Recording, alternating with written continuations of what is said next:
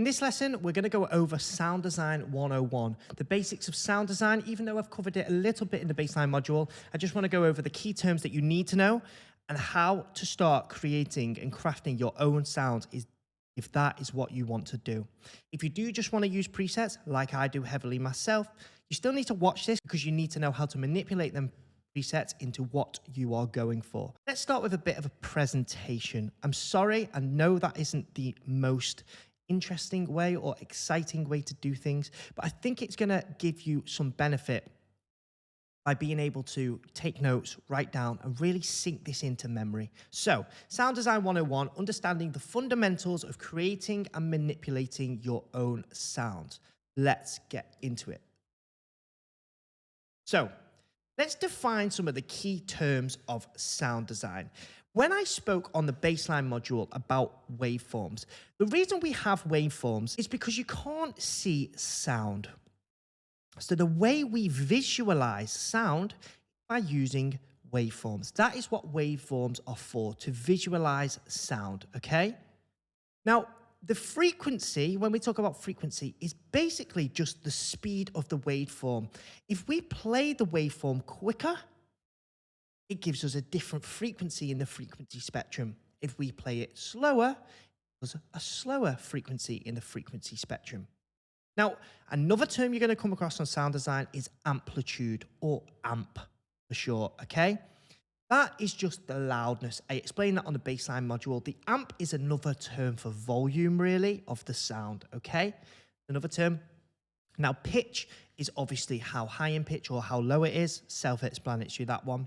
Now, the timbre, that is a little bit different. So the timbre distinguishes between two sounds. If you have one sound that is like an electric guitar and one sound that is a piano, the difference in them is the timbre of the sound. Okay, so when we manipulate sounds, what we're trying to do is achieve different timbres.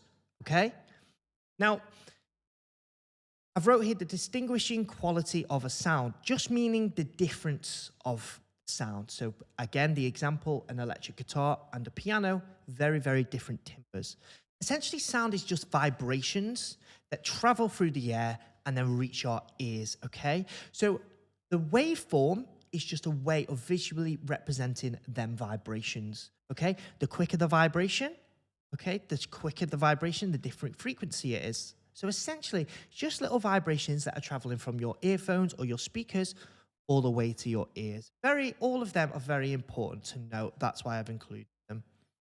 So with synthesis, essentially what we're trying to do, synthesis is essentially synthesizing a sound. So it is the process of creating sounds electronically using synthesizers. Synthesizers can be hardware, where it's an actual physical keyboard or synth in front of you. It can be analog in Ableton or operator in Ableton, or any other plugin or device you want to use. They are synthesizers. We're synthesizing sound. So there are two types of synthesis, two main types of synthesis. That is tractive synthesis and FM synthesis, or frequency modulation synthesis. Now, subtractive synthesis involves starting with a really complex sound. I usually use the term rich in sound, or, it has a lot of sound in there, or a lot of frequencies in there. And then basically we take some frequencies and use filters and things to remove certain frequencies and to create a new timbre. So essentially, we take a really rich sound, filter it, we remove frequencies, we modulate it ever so slightly, we move it using an LFO, and that creates a new sound, or in technical terms, a new timbre. Okay? Timbre, whatever. So I sometimes hear it being called timbre or timbre. I'm not sure the details. I'm going to call it timbre for the benefit of this. So now, frequency modulation synthesis is a method where we take two different waves or wave shapes and we combine them.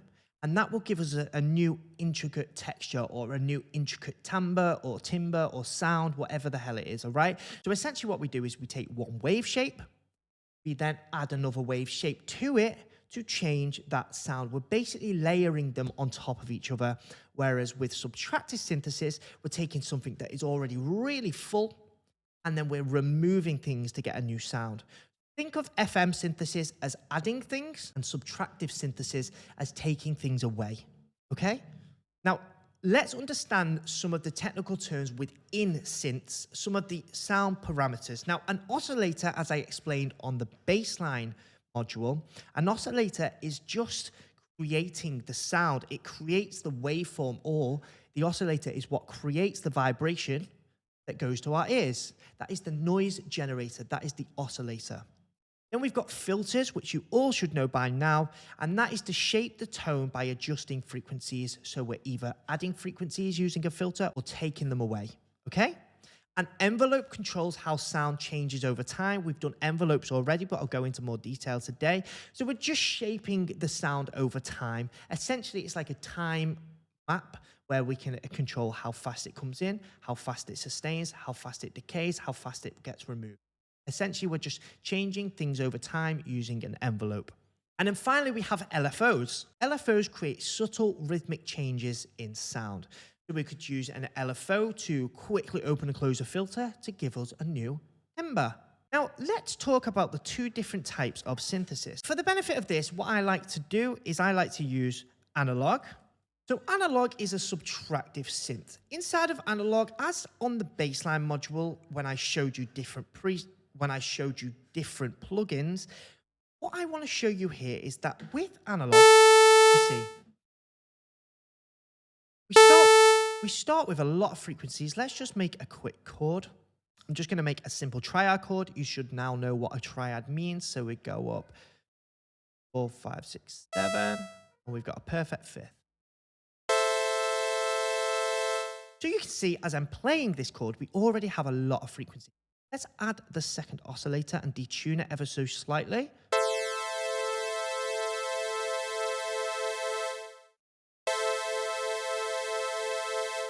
So what we do with subtractive synthesis is we take a sound like this and start taking things away first. Now you saw on the baseline module, the way we do that is by using the filter built in. So the inside of analog, it's here. So we scoop. We can add resonance to that filter.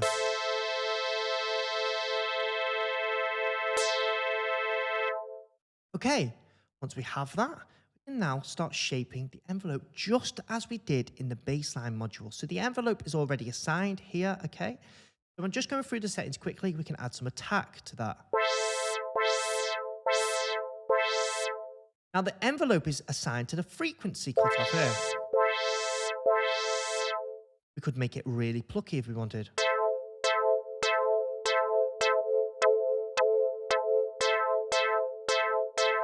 Or we can make it really sustained, similar to the bassline. Now, let's make this chord more interesting. So we're up 7 there. Let's go up 7, 8, 9, 10, 11, 12, 13, 14. So we've got a minor ninth chord. Let's drop this bass note all the way down. And we could start building the chord from down here as well. So 1, 2, 3. We made it really big now, just so I get more frequencies in here. We just shape this sound using the envelope.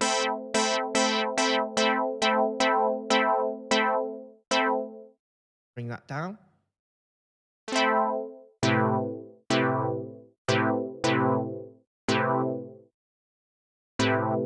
And I just play about with the envelope first. So once we've filtered it, same as the bassline, start using the envelope to shape that frequency. If you're unsure what's happening in the background here as we do this, go back to the baseline sound design module and watch that first, okay?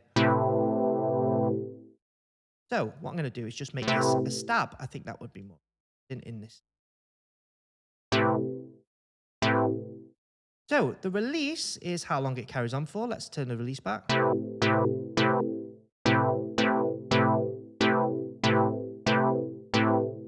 Now, what we can do is start changing the wave shape of this second oscillator to make it more interesting. Let's turn it to a square wave. Or maybe a random wave. This is like a random wave shape kind of noise. got some nice low end there because I've started with a sine wave. We could drop this down an octave or up an octave. And here we start getting something interesting.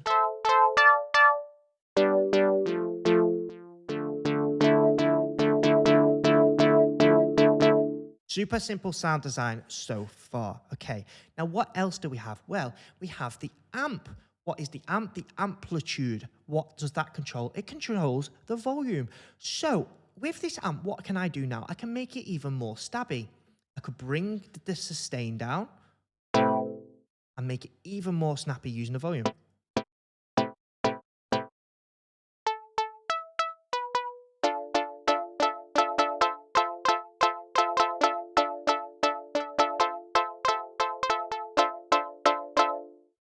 We've made it a super stabby sound. We could put the release up, so when I lift my fingers up, it carries on.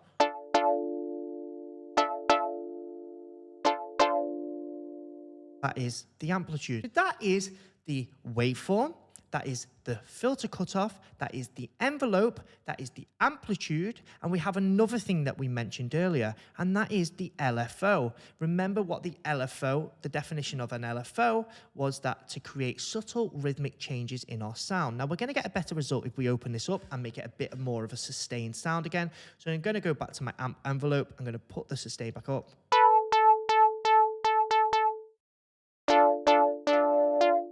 Okay. We turn LFO 1 on.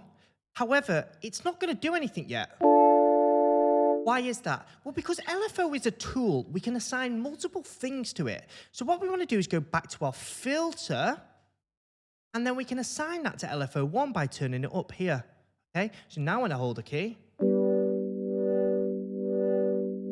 it's sent all the way to LFO 1. So remember, we're slightly changing it over time, okay? It's just a way to add some kind of rhythm to our filter. Then we can change to...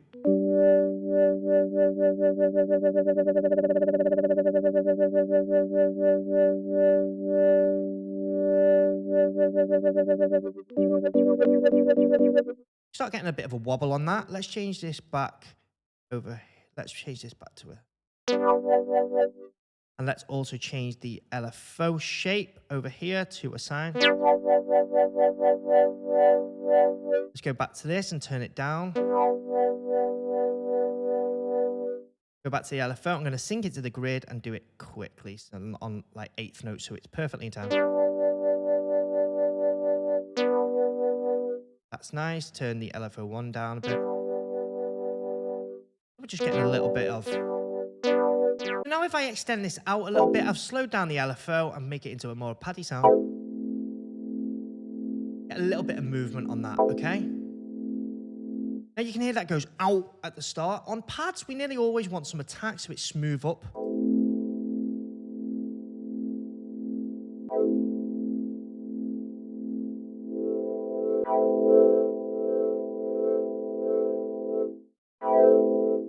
There's too much resonance. Bring this back down. We're getting more of a lush sound, okay?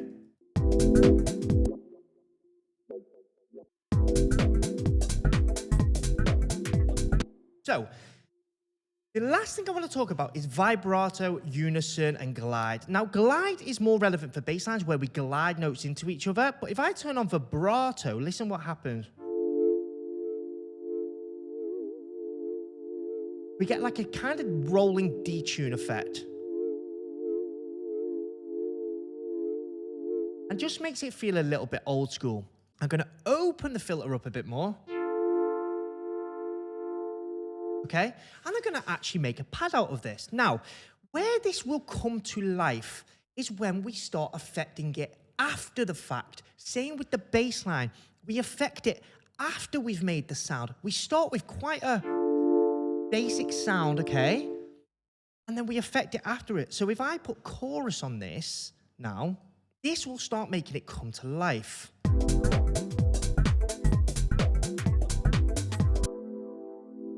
Sounds really nice, doesn't it? Now I can go into it, start manipulating the rate.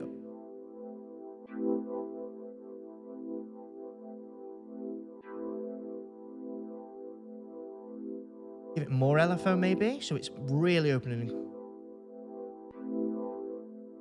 Let's put the filter envelope forward a little bit so that it's a bit smoother. And we're starting to get that really cool pad sound.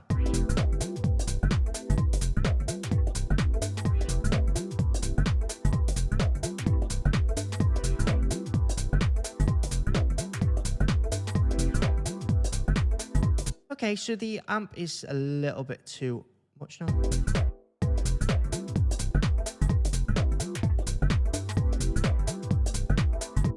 And here, over time, that will just sit in the back of our track, and we've made a really, really nice pad sound there. Now, what else do we want to do to this? Well, we want to compress it too, so that it all sounds as one. I'm going to put the compressor before the chorus, but we like to compress sounds when they come out of VSTs so that it's really squashed and really fat for us, okay? Let's lower down the threshold.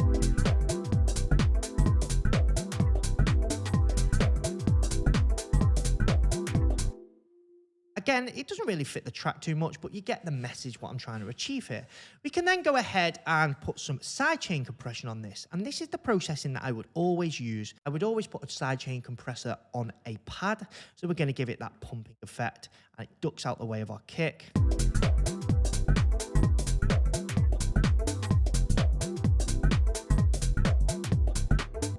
Now we can start EQing it to our taste. Now, with pads and sound design, when you make it yourself, you're nearly always going to get some horrible sounds in it, okay?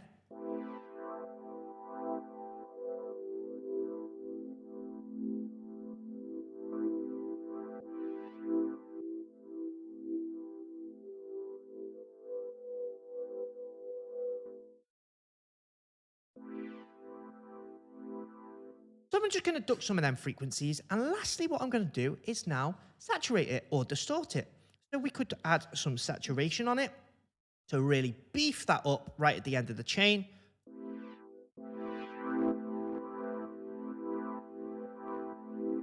Give it some nice presence.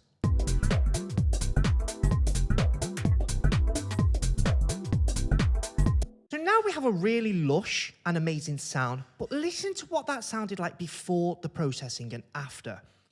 The reason I'm really laboring on this point is because a lot of people think that they need to make the most perfect sound within the synth, but actually the magic a lot of the time comes from the processing after the patch, okay? Remember, the patch is what we're making the sound, okay? So turn the processing off. In comparison to this. Okay, finally what I would add on that, because it's a pad, is reverb, just to give it some space.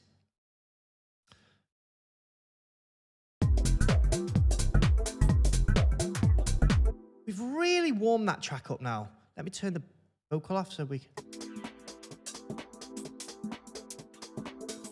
Some nice movement and glide in that pad. We can try adding some vibrato if we want.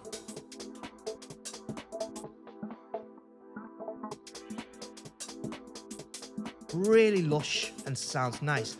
Now there's another setting inside of here that I like to use sometimes, and that is the noise setting. You can add some rough noise on top.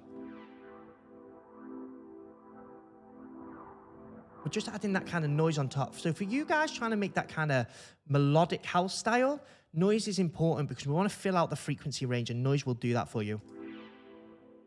We can add some color. And that's going to give it even more presence in a bit. Don't like it so loud. Let's try a different wave shape on the LFO.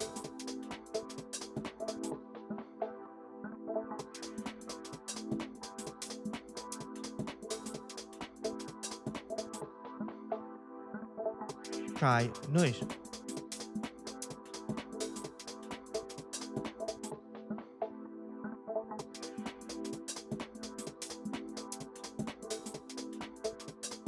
Really nice. Pull back the frequency a bit.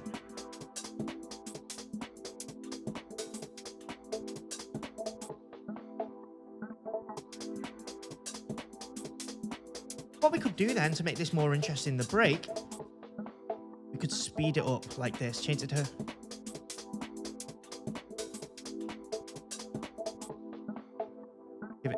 send it more here on automation.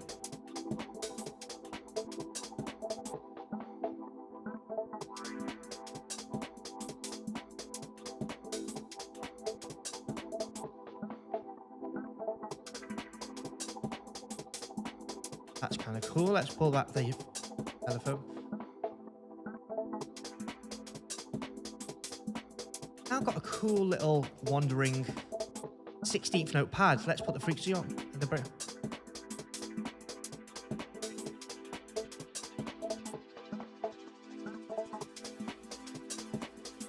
Open it up, bring it back down for the drop.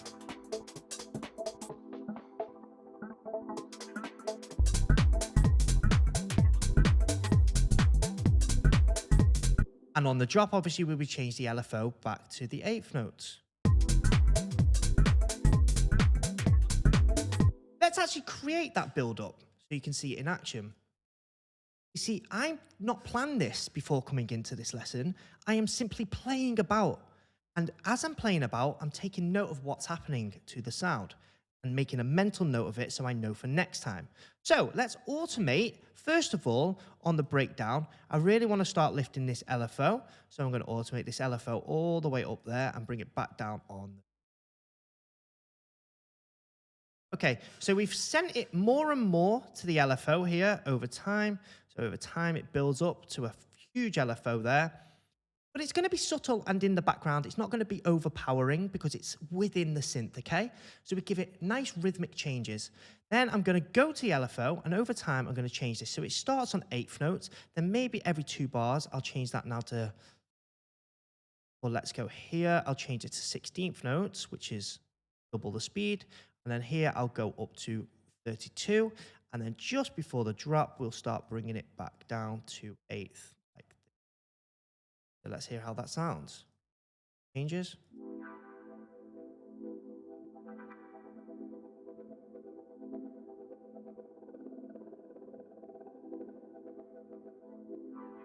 And we go into the drop. Also, while that's happening, what we're going to do is automate the frequency cutoff.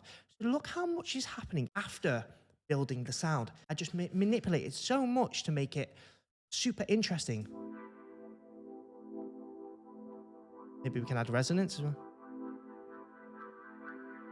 So what we've done there is we've sent it more to the LFO, and then on the drop, we bring the LFO back down to where it was. We sent the rate up, so it speeds up. The LFO speeds up. Remember, it's changing the rhythm of the open and close of the frequency. And we've also opened the frequency up before the drop. Now, I'm just looking, is there anything else we could do? Well, maybe we could add even more vibrato here and just kind of detune it before the drop, which might sound cool.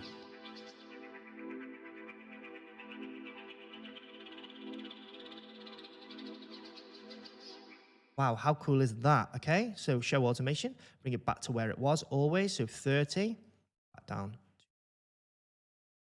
28 will do. Okay, cancel the unison, it's not working. Don't worry about that. Let's hear what it sounds.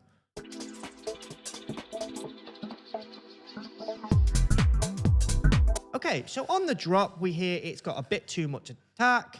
So we want to bring the loop a bit slower, and this opens a little bit too much.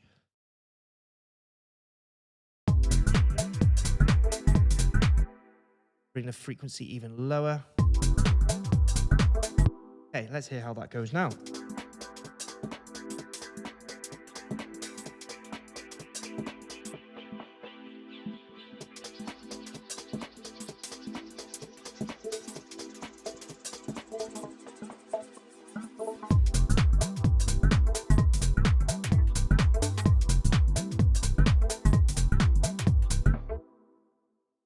Interesting, right? Now, it's not perfect. I don't know how to make that more perfect. It would take a bit more playing. Let's try lowering now the octave of this second oscillator. I'm just giving it a go. Let me get a bit deeper. And I might turn that second oscillator down a little bit in volume.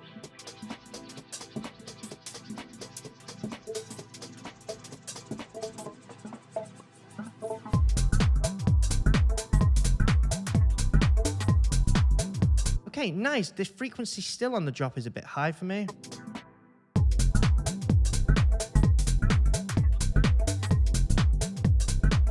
subtle and in the background. That sounded really, really nice to my ears, okay? Just make sure that compressor's doing its job down here. Where is it?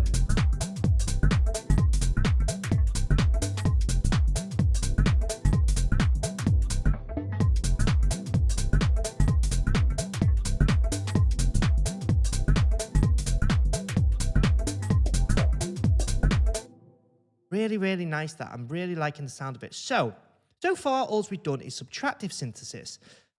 Essentially, we start with a rich sound and we take things away. Now, FM synthesis has a different kind of process. It's similar, but what we do is we add frequencies to a boring sound. So let's go ahead and try and make something with Operator. Let's go ahead and take the same chords. Now, similar as before, we can start manipulating some of the settings. Now, these are all different algorithms. Just the way I just usually come through, check how it sounds. Let's just go with that one. Why not? What we want to do is detune this second oscillator slightly.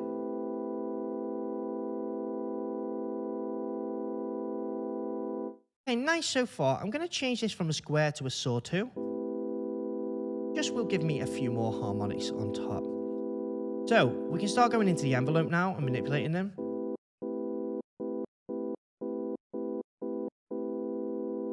Let's change the filter envelope as well so it opens up slowly. Add the envelope to it.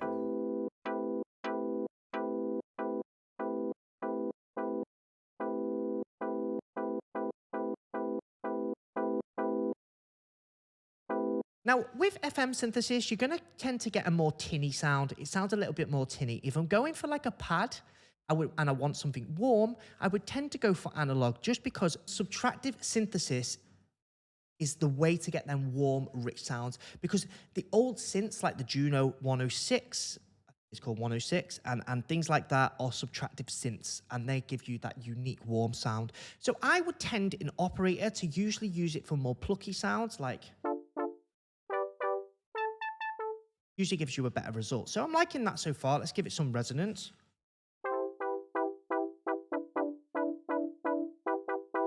Okay, not bad, not bad. So I'm going to go to this now, this second oscillator, and see what we can do to it. Let's go ahead and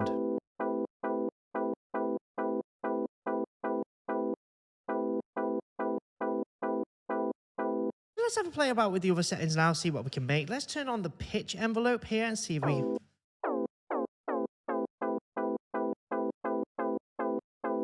This is a bit of more of an old school, like Tyne piano sound. Spread it a bit. Nice. Transpose it. That just transposes. Okay, let's go ahead and start writing a bit of a melody with this then. So I'll take the chord we have, the minor ninth chord. I'll slow down the BPM of the track and just see if there's anything we can fit in here.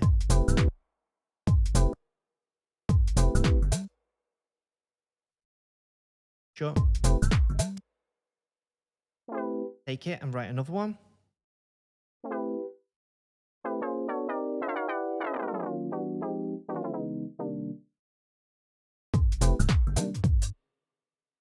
Turn our swing on.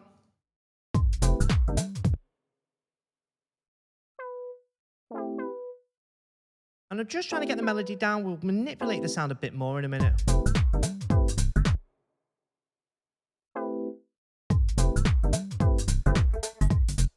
Okay, let's go with that. Why not? Okay. Now, what did I tell you earlier? Most of the magic of sound design comes after the fact of creating the sound. So that's about as far as I can go. Let's just try turning the LFO on to see if it gives me something a little more interesting. Let's turn the rate down.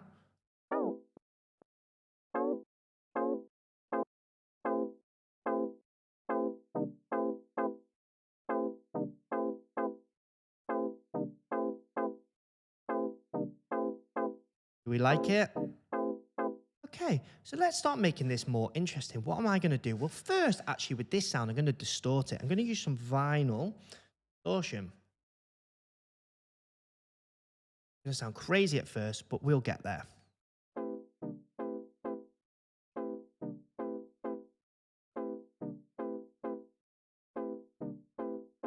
A little bit of distortion on top of the sound.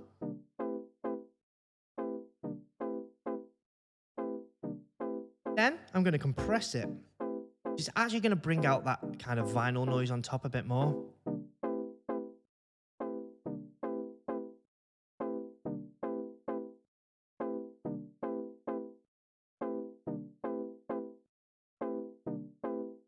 Made it a bit gritty and a bit darker now. Okay, nice. So next, some delay.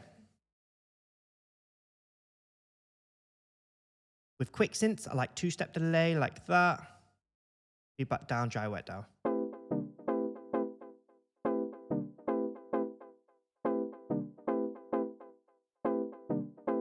Gonna saturate it.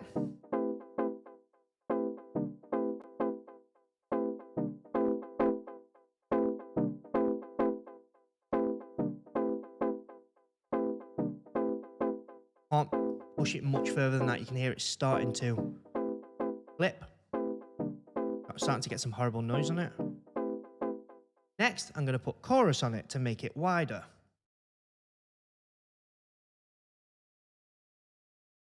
I'm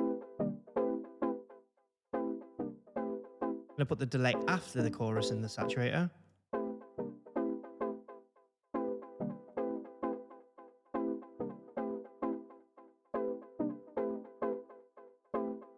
Okay, next what I'm going to do is open out. Next what I'm going to do is modulate it ever so slightly using an LFO. But first of all, I'm going to open the frequency a bit more.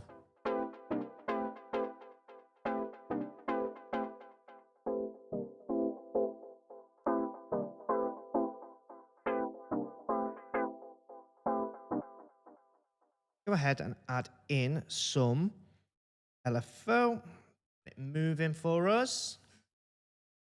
Map it to the frequency, depth down. Move it.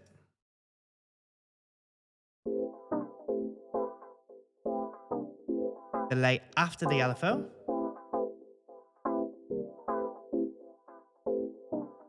Start getting the modulated chord.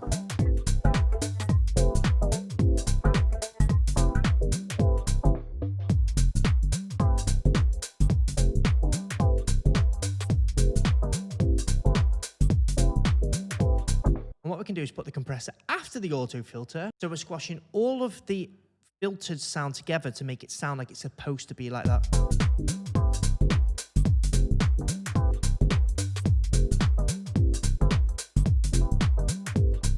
So the auto filter is kind of cutting some of the notes off, but not to worry, it's just an example.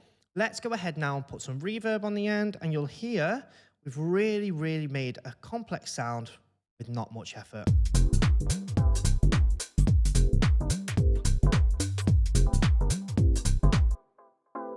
Change the timing on the LFO so we make sure we're on the perfect time.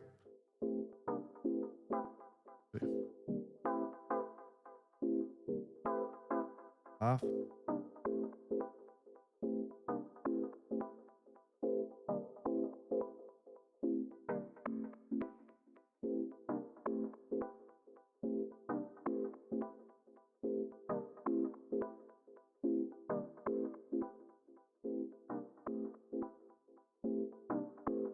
Maybe we do need to sine wave instead because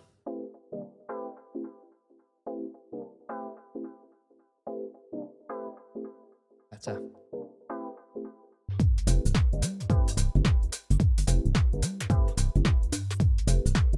Okay, change the melody a bit.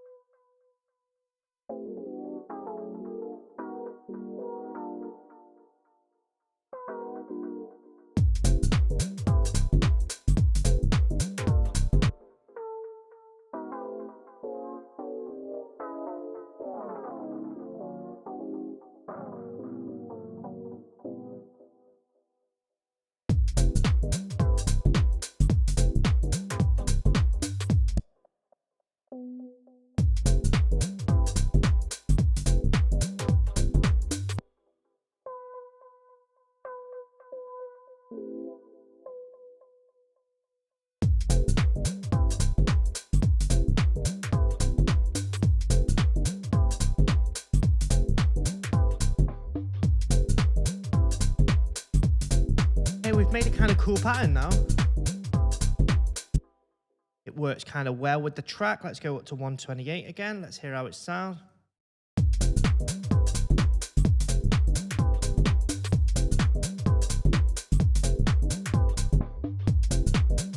I'm going to move the offset of this down, so we're just getting a kind of very, very dubby low chord.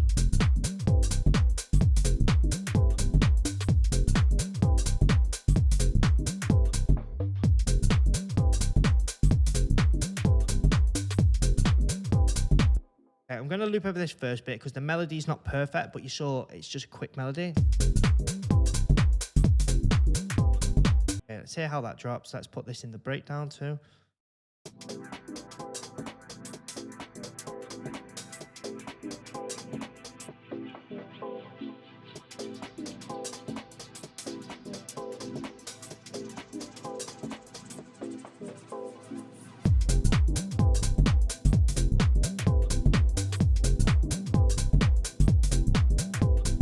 So some of these notes are a little bit too prominent. I'm going to lower this one down in velocity.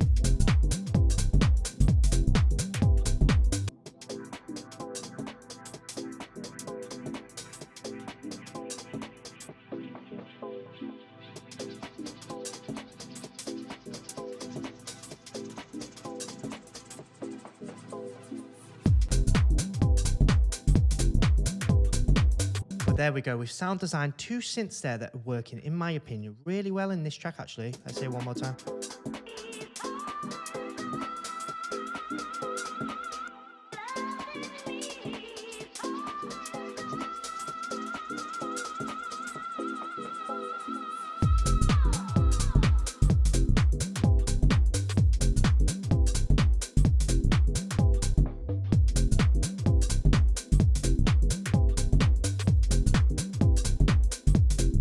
We can start bringing this pad out.